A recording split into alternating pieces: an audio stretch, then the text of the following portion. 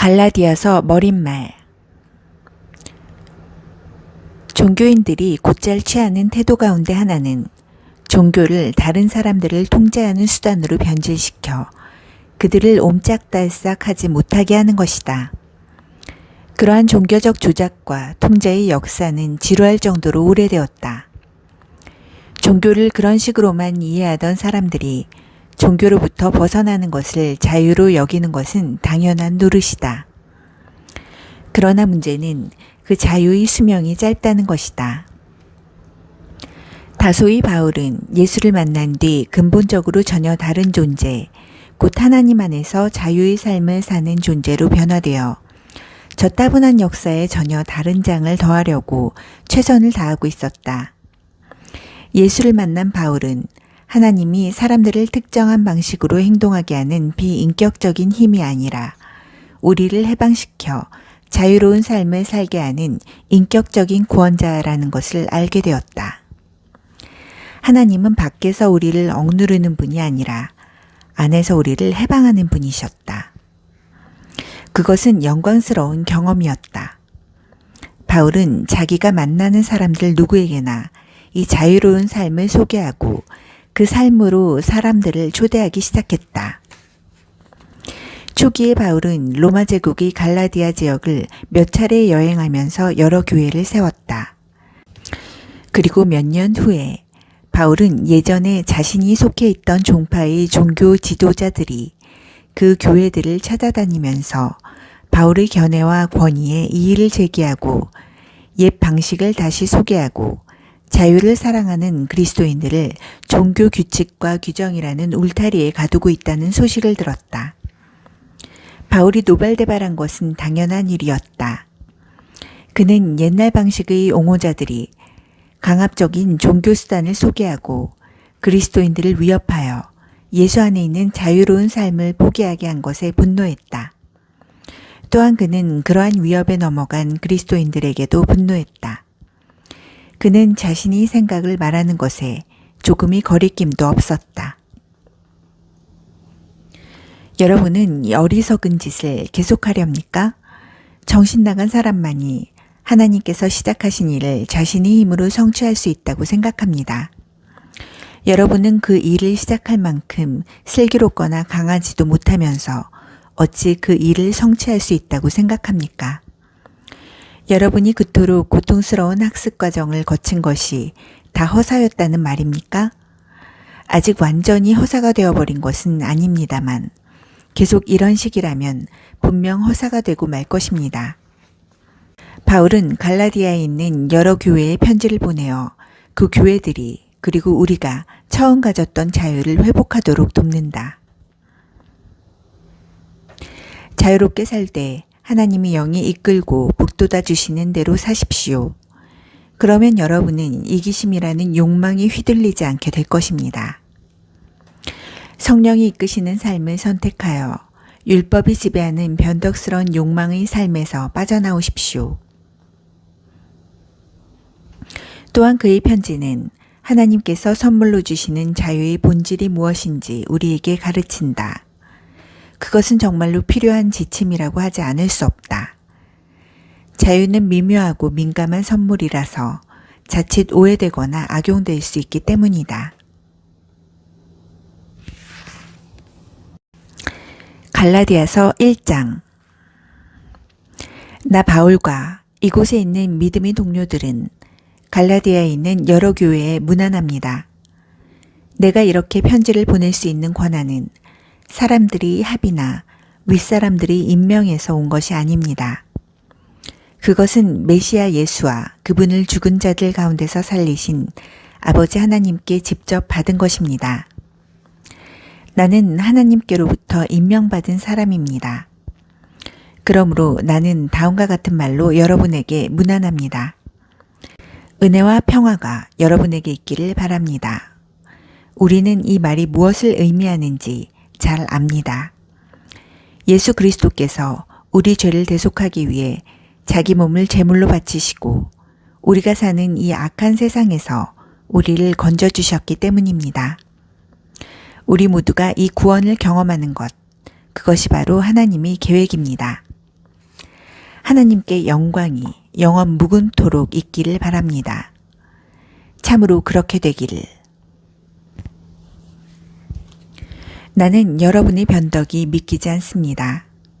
그리스도의 은혜로 여러분을 불러주신 그분을 그렇게도 쉽게 배반하고 다른 메시지를 받아들이다니요. 여러분도 알다시피 그것은 사소한 차이 정도가 아닙니다. 그것은 완전히 다른 메시지, 이질적인 메시지라고 할 수도 없는 것, 하나님에 관한 거짓말이기 때문입니다. 이처럼 여러분 사이에서 동요를 일으키는 자들이 그리스도의 메시지를 왜곡하고 있습니다. 단도직입적으로 말하겠습니다. 우리 가운데 어떤 사람이 심지어 하늘에서 온 천사일지라도 우리가 처음 전한 메시지와 다른 것을 전한다면 그는 저주를 받아 마땅합니다. 전에 말씀드렸고 이제 다시 말씀드리지만 아무리 유명하고 자격이 대단한 사람이라도 여러분이 처음 받은 메시지와 다른 것을 전하는 사람이 있다면 그는 저주를 받아 마땅합니다.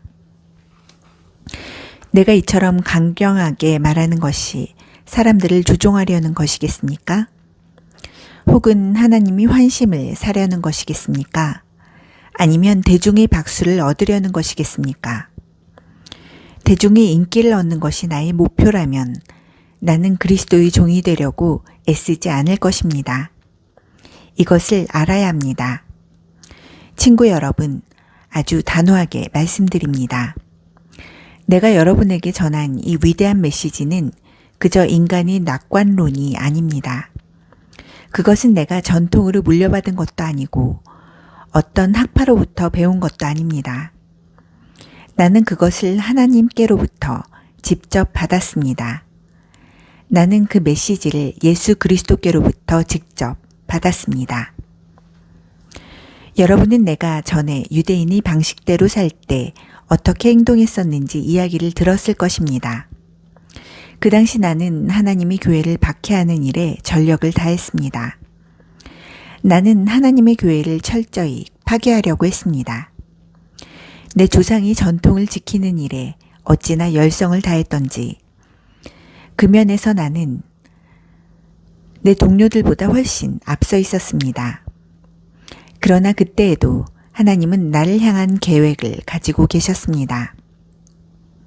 내가 아직 모태에 있을 때 그분은 너그럽게도 나를 택하시고 불러주셨습니다. 그분은 내게 개입하시고 자기 아들을 나타내 보이셔서 나로 하여금 기쁜 마음으로 그 아들을 이방인들에게 알리게 하셨습니다. 나는 부르심을 받자마자 내 주위의 누구와도 상의하지 않고 나보다 먼저 사도가 된 사람들과 의논하러 예루살렘으로 올라가지도 않고 곧장 아라비아로 갔습니다. 그리고 얼마 후 다마스쿠스로 되돌아갔고 3년 후에 베드로와 함께 내가 전하는 이야기를 서로 비교해 보려고 예루살렘으로 올라갔습니다. 내가 예루살렘에 머문 기간은 고작 보름 정도였으나 거기서 지낸 시간은 정말 대단했습니다. 나는 우리 주님의 동생 야고보만 만났을 뿐 다른 사도들은 구경도 못했습니다. 내가 여러분에게 하는 이 말은 절대로 거짓말이 아닙니다. 그 후에 나는 시리아와 길리기아에서 사역을 시작했습니다. 그렇게 시간을 보내며 활동한 뒤에도 나는 유대에 있는 그리스도의 교회들의 얼굴이 알려지지 않았습니다. 그저 전에 우리를 박해하던 사람이 이제는 자기가 없애버리려던 그 메시지를 전하고 있다는 소문만 떠돌 뿐이었습니다. 그들이 나에 대해 보인 반응은 나로 인해 하나님을 알아보고 그분을 경배한 것이었습니다. 갈라디아서 2장. 첫 번째 방문이 있고 14년이 지나서 바나바와 나는 디도를 데리고 예루살렘으로 올라갔습니다. 내가 예루살렘으로 간 것은 내가 계시받은 것을 그분에게 분명히 설명하기 위해서였습니다. 그때 나는 이방인들에게 무엇을 전했는지 그들에게 정확하게 설명했고 교회에서 존경받는 지도자들에게도 따로 설명했습니다. 그것은 우리 일이 유대인과 이방인 사이의 관계 문제로 인해 오명을 얻게 되거나 공공연한 쟁점이 되는 것을 막기 위해서였습니다. 그러지 않으면 자칫 여러 해에 걸쳐 이루어진 나의 활동이 훼손되고 현재 진행되고 있는 나의 사역이 위험에 처할 수도 있었기 때문입니다. 유대인이 아닌 디도가 할례를 강요받지 않았다는 사실에 유념하십시오. 우리가 협의하고 있는 중에 그리스도인인 척하는 첩자들이 침투한 일이 있었습니다. 그들은 참된 그리스도인들이 어떤 자유를 누리는지 엿보려고 슬그머니 끼어든 자들이었습니다. 그들의 저희는 우리를 꿰어 자신들의 종으로 삼으려는 것이었습니다. 그러나 우리는 그들을 거들떠보지도 않았습니다. 여러분을 위해 메시지의 진리를 지키기로 결심했기 때문이었습니다. 교회 안에서 중요 인사로 여겨지는 사람들이 어떤 평판을 받든 나는 아무 관심이 없습니다. 하나님은 사람의 겉모습에 감동하지 않으시며 나 또한 그러합니다. 그 지도자들은 내가 줄곧 전한 메시지에 어떤 것도 덧붙이지 못했습니다. 하나님께서 베드로가 유대인들에게 전한 것과 똑같은 메시지를 내게 맡겨주셔서 이방인들에게 전하기도 하셨다는 사실이 조만간 드러났습니다. 교회의 기둥인 야고보와 베드로와 요한은 하나님께서 나를 부르셨음을 알고서 나와 바나바에게 손을 내밀어 악수하고 우리에게는 이방인들을 상대로 하는 사역을 맡기고 자신들은 계속해서 유대인들에게 나아가기로 했습니다. 그들이 우리에게 한 가지 당부한 것은 가난한 사람들을 기억해달라는 것이었습니다. 그것은 내가 이미 열심히 하고 있던 일이었습니다. 그 후에 베드로가 안디옥에 왔을 때 나는 그와 정면으로 맞선 적이 있습니다. 그가 분명하게 잘못한 일이 있었기 때문입니다. 이야기는 이렇습니다. 베드로는 야고보가 보낸 몇몇 사람들이 오기 전만 해도 식사 때마다 이방인들과 함께 식사를 했습니다. 그러나 예루살렘에서 보수적인 사람들이 오자 그는 슬그머니 뒤로 물러나 할 수 있는 한 이방인 동료들과 거리를 두었습니다. 그는 할례라는 옛 방식을 강요해온 유대 보수파를 두려워했던 것입니다. 안타깝게도 안디옥 교회에 있던 나머지 유대인들도 그런 위선에 동조했고 바나바까지도 그런 수작에 휩쓸리고 말았습니다. 나는 그들이 메시지를 따라 한결같이 바른 길을 걷지 않는 것을 보고 그들 모두가 보는 앞에서 베드로에게 이렇게 말했습니다.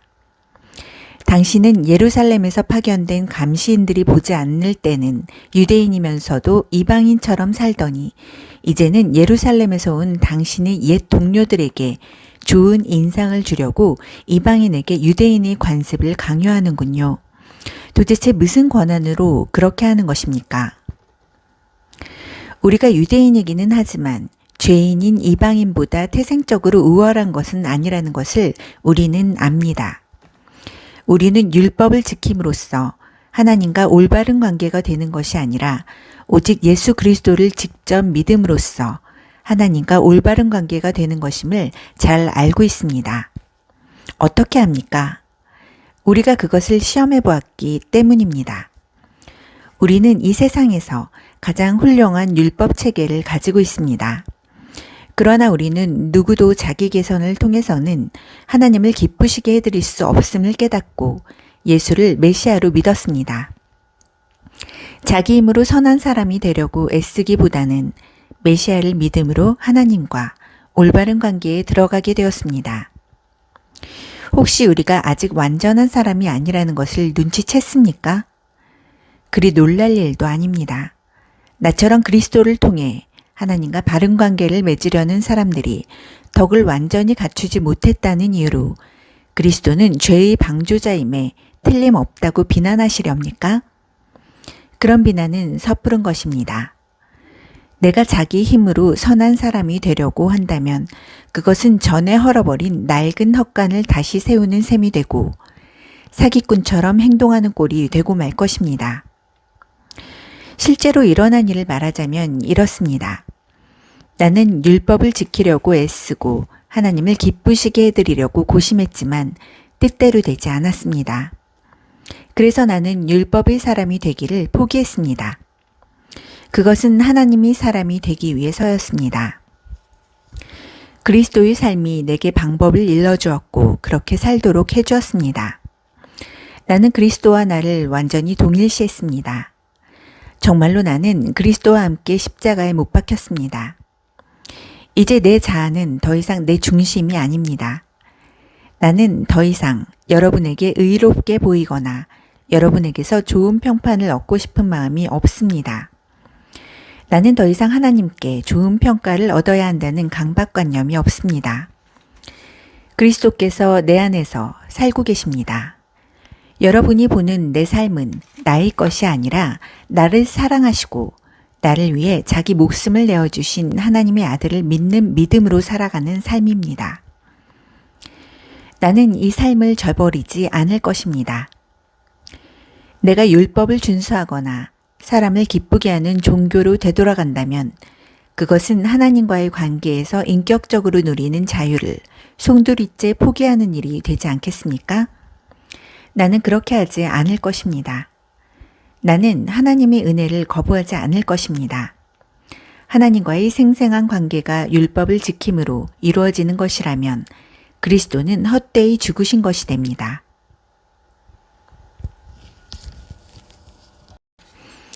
갈라디아서 3장.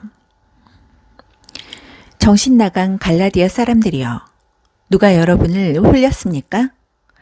여러분은 분별력을 잃었습니까? 십자가에 달리신 예수를 삶의 중심에 놓지 않고 있음이 분명하니 여러분은 제정신이 아닌 것이 틀림없습니다. 십자가에 달리신 그분의 모습이 여러분의 눈에 선할 텐데 어찌 그럴 수 있습니까? 여러분에게 한 가지 묻겠습니다. 여러분의 새 삶이 어떻게 시작되었습니까? 하나님을 기쁘시게 해드리기 위해 죽도록 노력함으로써 시작되었습니까? 아니면 여러분이 받은 하나님의 메시지에 응답함으로써 시작되었습니까? 여러분은 이 어리석은 짓을 계속하렵니까? 정신 나간 사람만이 하나님께서 시작하신 일을 자신의 힘으로 성취할 수 있다고 생각합니다. 여러분은 그 일을 시작할 만큼 슬기롭거나 강하지도 못하면서 어찌 그 일을 성취할 수 있다고 생각합니까? 여러분이 그토록 고통스러운 학습 과정을 거친 것이 다 허사였다는 말입니까? 아직 완전히 허사가 되어버린 것은 아닙니다만 계속 이런 식이라면 분명 허사가 되고 말 것입니다. 대답해 보십시오. 하나님께서 여러분에게 자신이 임재, 곧 성령을 아낌없이 주셔서 여러분 스스로는 결코 할 수 없는 일을 하게 하신 것이 여러분의 부단한 도덕적 열심 때문입니까? 아니면 여러분 안에서 그 모든 일을 행하시는 그분을 믿어서입니까? 이 모든 일이 여러분에게서 일어난 것은 아브라함의 경우와 같지 않습니까? 그는 하나님을 믿었고 그 믿음의 행위가 하나님과 올바른 관계를 유지하는 삶으로 변화된 것입니다. 율법을 신뢰하는 사람들이 아니라 그리스도를 신뢰하는 사람들이야말로 아브라함처럼 믿음의 자녀인 것이 분명하지 않습니까? 또한 성경에는 하나님께서 이방인과도 믿음에 근거하여 올바른 관계를 맺으실 것이라는 사실이 이미 기록되어 있습니다. 성경은 아브라함에게 모든 민족이 내 안에서 복을 받을 것이다 라고 약속하면서 그 사실을 미리 내다보았습니다. 그러므로 이제 믿음으로 사는 이들은 믿음으로 살았던 아브라함과 함께 복을 받습니다. 이것은 결코 새로운 가르침이 아닙니다. 그리고 이것은 하나님을 의지하지 않고 스스로의 힘으로 살려고 하는 사람은 누구든지 실패할 수밖에 없음을 의미합니다. 성경은 이렇게 뒷받침합니다. 율법책에 기록된 모든 조항 가운데 하나라도 행하지 않는 자는 심한 저주를 받게 된다. 그 같은 도덕적 요구 조항을 온전히 지킬 수 없다는 것은 분명합니다. 그러므로 그런 식으로는 누구도 하나님과 바른 관계를 유지할 수 없습니다. 하나님과 바른 관계를 맺고 사는 사람은 하나님께서 마련해 주시는 일을 받아들임으로써 그런 삶을 살아갑니다. 하나님을 위해 무언가를 하는 것과 하나님이 해주시는 일 속으로 들어가는 것은 분명히 다릅니다. 예언자 하박국이 옳았습니다. 하나님을 믿는 사람은 하나님께서 바로잡아 주신다. 그것만이 참된 삶이다. 율법 준수는 믿음으로 사는 삶으로 자연스럽게 나아가기는커녕 더 많은 율법 준수로 이어지게 마련입니다. 그것은 성경에 기록되어 있는 사실이기도 합니다. 이와 같은 일, 율법 준수를 하는 사람은 그 일로 살 것이다. 그리스도께서는 실패할 수밖에 없는 저주받은 우리 삶을 온전히 자기 것으로 삼으심으로 그 삶에서 우리를 건져주셨습니다. 여러분은 나무에 달린 자는 모두 저주를 받은 자다 라는 성경 말씀을 기억하실 것입니다. 예수께서 십자가에 못 박히실 때 바로 그런 일이 일어났습니다. 그분은 저주를 받은 자가 되셨고 동시에 그 저주를 푸셨습니다. 그 일로 모든 장애물이 사라져 이제 우리는 아브라함의 복이 지금도 계속되고 있으며 그 복이 이방인에게도 유효하다는 사실을 알게 되었습니다. 우리는 너나 할 것 없이 믿음으로 아브라함이 받았던 것과 똑같은 방식으로 하나님이 생명, 곧 성령을 받을 수 있게 되었습니다. 친구 여러분, 내가 말씀드리는 자유의 삶에 대해 일상생활로부터 한 가지 예를 들어보겠습니다. 어떤 사람이 유언장을 법 절차에 따라 작성해 놓으면 아무도 그것을 무효로 하거나 거기에 무언가를 덧붙일 수 없습니다. 이제 약속이 아브라함과 그의 후손에게 주어졌습니다. 여러분도 알다시피 성경은 마치 일반인 모두를 가리키는 것처럼 후손들에게 라고 말하지 않고 법률 문서에서 쓰는 신중한 용어로 내 후손에게 라고 말합니다. 여기서 후손을 뜻하는 명사는 단수로 쓰였습니다. 그 후손은 다름 아닌 그리스도를 가리킵니다. 내가 말하려는 것은 이렇습니다. 하나님께서 일찍이 적법하게 확정하신 유언을 430년 후에 덧붙여진 부록이 그 유언의 약속을 무효로 하여 파기할 수 없습니다. 절대로 그럴 수 없습니다. 부록에 명시된 계명들과 규정들은 유언에 약속된 유산과는 아무 관계가 없습니다. 그렇다면 율법, 곧 부록의 취지는 무엇일까요? 율법은 아브라함에게 주신 처음 약속에 덧붙여진 것으로 사려 깊은 배려였습니다. 율법의 의의는 후손이신 그리스도께서 오셔서 약속을 물려받으시고 그 약속을 우리에게 나눠주실 때까지 죄인들을 구원의 길에 붙잡아 두는 데 있습니다. 이 율법이 하나님과의 직접적인 만남의 결과가 아니라는 점은 분명합니다. 그것은 천사들을 통해 중개자인 모세의 손을 거쳐 제정되었습니다. 그런데 시내산에서처럼 중개자가 있다면 사람들이 하나님과 직접 교제하는 것은 아니지 않습니까? 믿음으로 받는 복에 관한 첫 약속은 하나님이 직접 주신 것입니다. 그렇다면 율법은 약속과 반대되는 것, 곧 우리를 향하신 하나님의 뜻과 반대되는 것일까요? 결코 그렇지 않습니다. 율법의 취지는 우리 스스로는 하나님과 올바른 관계를 맺을 수 없음을 모든 사람에게 분명히 알리는 것입니다. 하나님께서 자신이 약속을 성취하실 때까지 믿음으로 기다림으로써만 얻을 수 있는 것을 우리 스스로의 노력으로 얻겠다고 종교체계를 고안해내는 것이 얼마나 쓸데없는 짓인지 드러내 보이는 데 있습니다. 율법을 준수해서 우리 안에 생명을 창조할 능력이 있었다면 우리는 벌써 생명을 얻고도 남았을 것입니다. 우리가 충분히 성숙해져서 살아계신 하나님께 믿음으로 흔쾌히 응답하기까지 우리는 모세의 율법에 세심하게 둘러싸여 보호받을 수밖에 없었습니다. 율법은 여러분이 잘 아는 그리스의 가정교사와 같습니다. 아이들을 학교까지 바래다주고 아이들이 위험에 빠지거나 산만해지지 않도록 지켜주고 목적지까지 안전하게 도착하도록 도와주는 가정교사 말입니다. 그러나 이제 여러분은 여러분이 목적지에 이르렀습니다. 여러분은 그리스도를 믿음으로 하나님과 직접 사귀게 되었습니다. 여러분이 그리스도 안에서 받은 세례는 새 출발을 할 수 있도록 깨끗해지는 것에서 끝나지 않습니다. 세례는 또한 성숙한 신앙의 옷을 입는 것을 의미합니다. 그옷은 다름 아닌 그리스도의 생명, 곧 하나님께서 처음 하신 약속의 성취입니다. 그리스도의 집안에는 유대인이나 이방인이나 자유인이나 종이나 남자나 여자나 차별이 없습니다. 우리 사이에서 여러분은 모두 평등합니다. 다시 말해 우리는 다 함께 예수 그리스도와 관계를 맺고 있는 사람들입니다.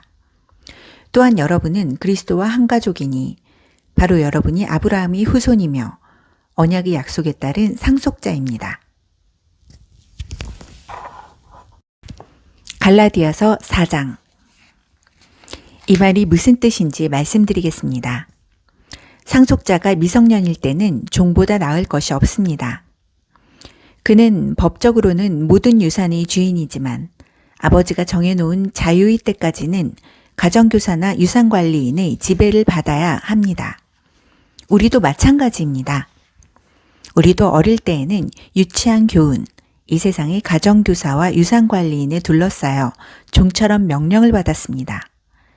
스스로 행동을 결정할 권한이 없었습니다. 그러나 정하신 때가 찾아 아버지 하나님은 자기 아들을 보내셔서 우리와 마찬가지로 여자에게서 태어나게 하시고 율법의 제약을 받게 하셨습니다. 그것은 율법에 사로잡힌 우리와 같은 사람들을 건지시기 위해서였습니다. 그 결과로 우리는 자유인이 되어 정당한 상속자의 권리를 누릴 수 있게 되었습니다. 이제 여러분은 하나님의 자녀로 완전히 입양되었다고 자신 있게 말할 수 있습니다. 하나님께서 자기 아들의 영을 우리의 삶에 보내셔서 아빠, 아버지라 부르도록 하셨으니 말입니다. 하나님과 친밀한 대화를 나눌 수 있는 특권을 가졌으니 여러분은 이제 종이 아니라 자녀입니다. 그리고 자녀이면 유산을 완전히 물려받을 수 있는 상속자이기도 합니다. 전에 여러분이 하나님을 개인적으로 알지 못하던 때에는 신성과는 아무 상관이 없는 신들에게 종노릇했지만 이제는 진짜 하나님을 알게 되었습니다. 아니, 하나님께서 여러분을 알아주셨습니다. 그러니 어찌 다시 종이 호랑이들에게 굽실거릴 수 있겠습니까? 그런데도 여러분은 특정한 날과 절기와 해와 관련된 모든 전통과 금기와 미신을 두려워하며 꼼꼼히 지키더군요. 여러분과 함께 있으면서 기울인 나의 모든 수고가 연기처럼 사라질까 두려울 따름입니다.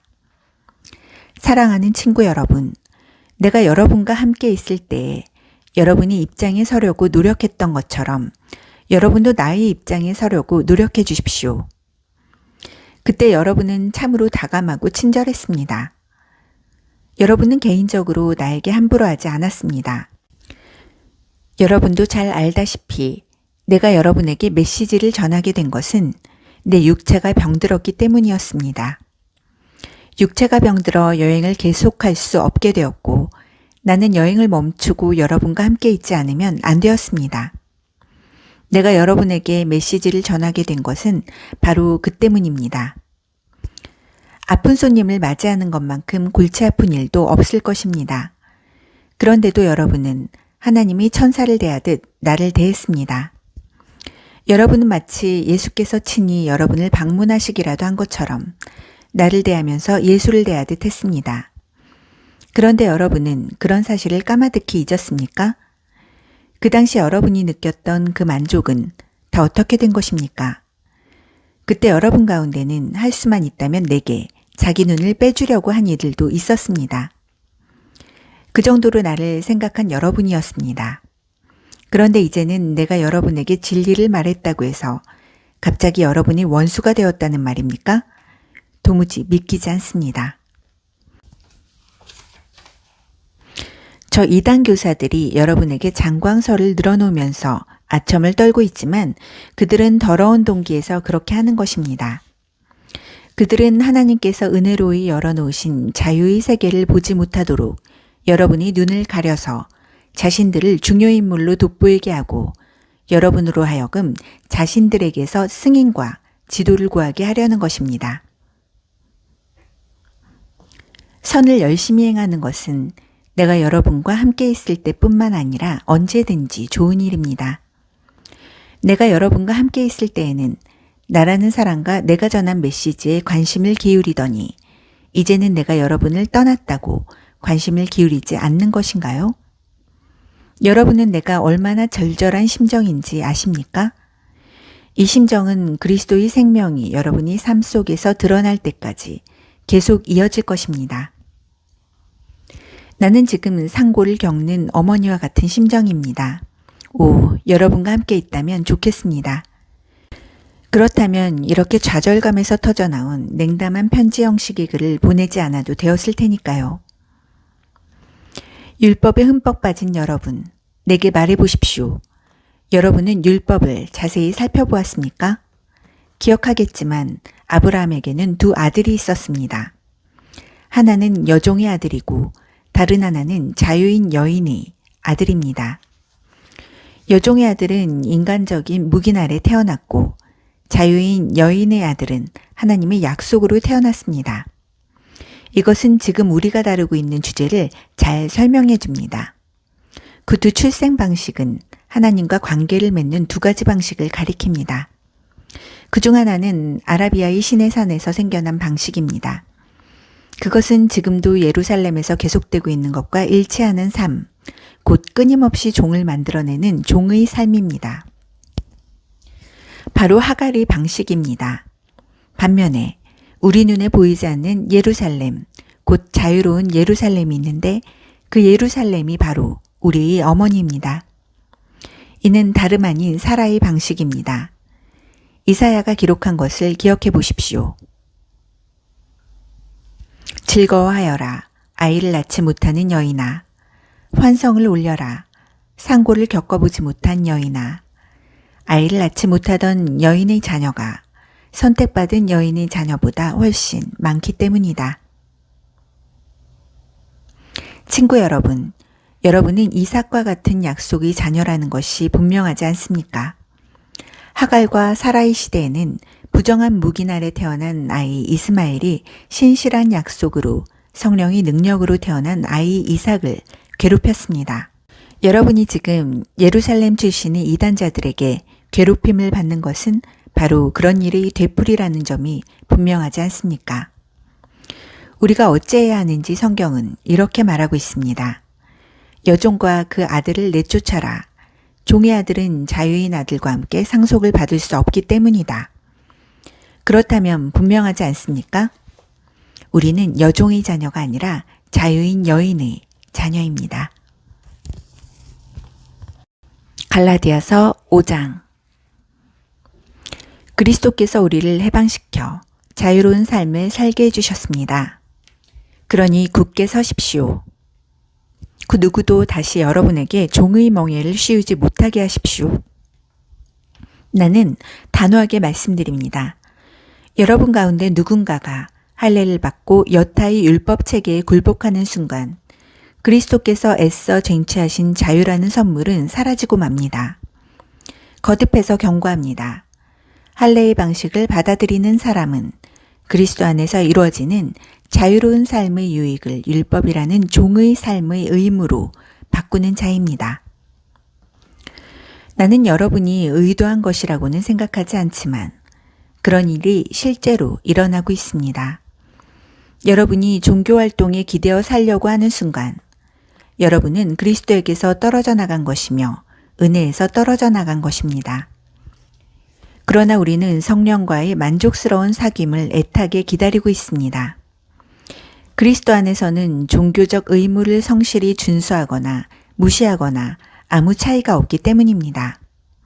중요한 것은 그보다 훨씬 내적인 것입니다. 그것은 다름 아닌 사랑으로 표현되는 믿음입니다. 여러분은 아주 잘 달리고 있었습니다. 그런데 누가 여러분의 길에 끼어들어 여러분을 참된 복종의 길에서 멀어지게 했습니까? 그러한 탈선은 애초에 여러분을 경주로 불러주신 분께로부터 온 것이 아닙니다. 이 말을 그저 한 귀로 듣고 흘려보내지 마십시오. 여러분도 알다시피 약간의 누룩이 순식간에 반죽 전체를 부풀어 오르게 합니다. 주님은 내 마음 깊은 곳에 여러분이 변절하지 않을 것이라는 확신을 주셨습니다. 그러나 누구든지 여러분을 흔드는 자는 하나님의 심판을 받게 될 것입니다. 내가 다마스쿠스 길에 들어서기 전에 그랬듯이 지금도 계속해서 할례의 방식을 전하고 있다는 소문은 터무니없는 것입니다. 만일 그렇다면 왜 내가 지금도 박해를 받겠습니까? 내가 그 낡은 메시지를 전하면서 이따금 십자가를 언급한다면 아무도 기분 상하지 않을 것입니다. 그처럼 물에 물 탄 듯한 메시지는 아무도 상관하지 않습니다. 할례에 집착하여 여러분을 선동하는 자들은 아예 끝까지 가서 거세하는 편이 좋겠습니다. 하나님께서 여러분을 자유로운 삶으로 부르셨다는 것은 틀림없는 사실입니다. 그러나 여러분은 그 자유를 방탕한 삶을 위한 구실로 삼지 마십시오. 여러분의 자유를 망치지 마십시오. 오히려 여러분의 자유를 사랑 안에서 서로 섬기는 일에 사용하십시오. 그것이야말로 자유가 자라는 길입니다. 우리가 하나님 말씀에 대해 아는 모든 것을 한 문장으로 요약하면 내 자신을 사랑하듯이 다른 사람을 사랑하라는 것입니다. 이것이야말로 참된 자유의 행위입니다. 여러분이 서로 물어뜯고 핥히면 얼마 못 가서 서로가 파멸할 것이니 조심하십시오. 만일 그렇게 된다면 여러분이 값진 자유가 설 자리가 어디에 있겠습니까? 내가 드리는 조언은 이러합니다. 자유롭게 살되 하나님의 영이 이끌고 북돋아 주시는 대로 사십시오. 그러면 여러분은 이기심이라는 욕망에 휘둘리지 않게 될 것입니다. 우리 안에는 죄스러운 이기심이 자리하고 있는데 그것은 자유로운 영을 거스릅니다. 자유로운 영은 이기심과 양립할 수 없습니다. 그 두 가지 생활 방식은 정반대입니다. 여러분은 그날그날 기분에 따라서 어떤 때는 이렇게 살고 어떤 때는 저렇게 살 수 없습니다. 성령이 이끄시는 삶을 선택하여 율법이 지배하는 변덕스러운 욕망의 삶에서 빠져나오십시오. 여러분이 항상 자기 마음대로 살려고 할 때 여러분의 삶이 어떻게 될지는 아주 분명합니다. 사랑 없이 되풀이되는 값싼 섹스, 악취를 풍기며 쌓이는 정신과 감정의 쓰레기, 과도하게 집착하지만 기쁨 없는 행복, 껍데기 우상들, 마술쇼 같은 종교, 편집증적 외로움, 살벌한 경쟁, 모든 것을 집어삼키지만 결코 만족할 줄 모르는 욕망, 잔인한 기질, 사랑할 줄도 모르고 사랑받을 줄도 모르는 무력감, 찢겨진 가정과 찢어진 삶, 편협한 마음과 왜곡된 추구, 모든 일을 경쟁자로 여기는 악한 습관, 통제되지도 않고 통제할 수도 없는 중독, 이름뿐인 꼴사나운 공동체 등이 그것입니다. 더 열거할 수도 있지만 그만하겠습니다. 여러분도 알다시피 내가 여러분에게 경고한 것이 이번이 처음은 아닙니다. 여러분이 자신의 자유를 그런 식으로 사용하면 여러분은 하나님 나라를 상속받지 못할 것입니다. 그러나 우리가 하나님의 방법대로 살면 어떤 일이 일어날까요? 과수원에 과일이 풍성히 맺히는 것처럼 하나님께서 우리의 삶에 여러 가지 선물, 다른 사람들에 대한 호의, 풍성한 삶, 고요함 같은 것들을 풍성히 주실 것입니다. 또한 우리는 끝까지 견디는 마음과 긍휼히 여기는 마음과 사물과 사람들 속에 기본적인 거룩함이 스며들어 있다는 확신을 갖게 될 것입니다. 우리는 충성스럽게 헌신하고 우리가 살아가는 방식을 강요하지 않으며 우리의 에너지를 슬기롭게 모으고 관리할 수 있을 것입니다. 율법주의는 이와 같은 삶을 자라게 하는데 아무 도움이 되지 않습니다. 그저 방해만 될 뿐입니다. 그리스도께 속한 사람들에게는 자기 마음대로 사는 삶이나 남들이 필요하다고 말하는 것에 부안해동하는 삶이 영원히 끝났습니다. 그들은 그런 삶을 십자가에 못 박았습니다. 이것이 우리가 선택한 삶, 곧 성령의 인도를 받는 삶이니 그 삶을 그저 머릿속 사상이나 마음속 감정으로 여기지 말고 그 삶에 담긴 뜻을 우리 삶 구석구석에 힘써 적용하십시오. 마치 우리 가운데 누구는 더 낫고 누구는 모자라기라도 한 것처럼 비교하지 말아야 한다는 뜻입니다. 우리에게는 살면서 해야 할 훨씬 흥미로운 일들이 많습니다. 우리는 저마다 하나님의 독특한 작품입니다. 갈라디아서 6장. 친구 여러분, 창조적으로 사십시오. 누군가가 죄에 빠지거든 너그러운 마음으로 그를 바로잡아주고 여러분 자신을 위해 비판의 말을 아끼십시오. 여러분도 하루가 가기 전에 용서가 필요하게 될지 모르기 때문입니다. 눌린 사람들에게 몸을 굽혀 손을 내미십시오. 그들의 짐을 나누어짐으로써 그리스도의 법을 완성하십시오. 자신이 너무 잘나서 그런 일을 할 수 없다고 생각한다면 여러분은 대단한 착각에 빠진 것입니다. 여러분 자신이 어떤 사람이며 여러분에게 맡겨진 일이 무엇인지 조심스럽게 살핀 다음에 그 일에 몰두하십시오. 우쭐대지 마십시오. 남과 비교하지 마십시오. 여러분은 저마다 창조적으로 최선의 삶을 살아야 할 책임이 있습니다.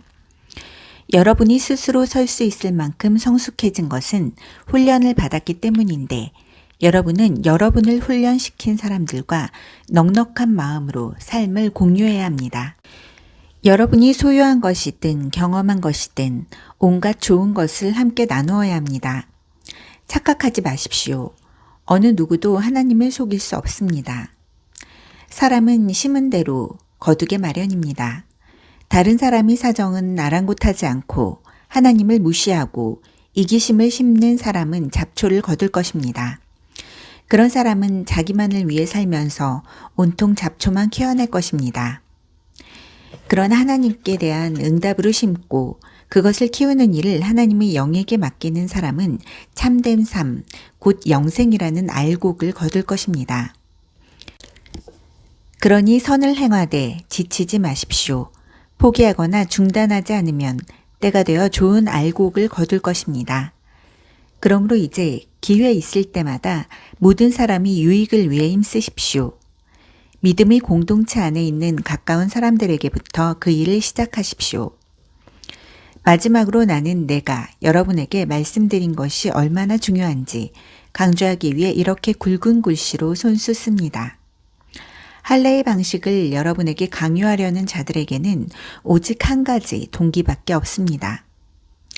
그들은 손쉬운 방법으로 남들 앞에서 좋게 보이려고 할 뿐 믿음으로 살겠다는 용기, 곧 그리스도의 고난과 죽음에 참여할 용기는 없습니다. 그들이 율법에 대해 하는 말은 모두 헛소리에 불과합니다. 정작 그들 자신은 율법을 지키지 않습니다. 그들은 율법을 준수할 때에도 지극히 자의적으로 취사 선택합니다. 그들이 여러분에게 할례를 받게 하려는 것은 여러분을 자기 편으로 끌어들여 자신들의 성공을 자랑하려는 것입니다. 비열한 행동이 아닐 수 없습니다. 그러나 나는 우리 주 예수 그리스도의 십자가만을 자랑하겠습니다. 그 십자가로 말미암아 나는 이 세상에 대해 십자가에 못 박혔고 남을 기쁘게 하거나 남이 지시하는 하찮은 방식에 나를 끼워 맞추려는 숨막히는 분위기에서 벗어났습니다. 여러분은 이 모든 일의 핵심이 무엇인지 알겠습니까? 그것은 할례를 받거나 안 받거나 하는 일과 같이 여러분과 내가 하는 일에 있지 않습니다. 핵심은 하나님께서 지금 하고 계신 일에 있습니다. 그분은 완전히 새로운 것, 곧 자유로운 삶을 창조하고 계십니다. 이 기준에 따라 사는 사람은 누구나 하나님의 참 이스라엘, 곧 하나님이 택하신 백성입니다. 이들에게 평화와 긍휼이 있기를 바랍니다. 아주 솔직히 말씀드리자면 나는 더 이상 이런 말다툼에 시달리고 싶지 않습니다. 내게는 해야 할 훨씬 중요한 일이 있습니다. 이 믿음으로 진지하게 사는 것입니다. 내 몸에는 예수를 섬기다가 얻은 상처 자국이 있습니다. 친구 여러분, 우리 주 예수 그리스도께서 값없이 주시는 은혜가 여러분 각 사람 깊은 곳에 있기를 바랍니다. 아멘.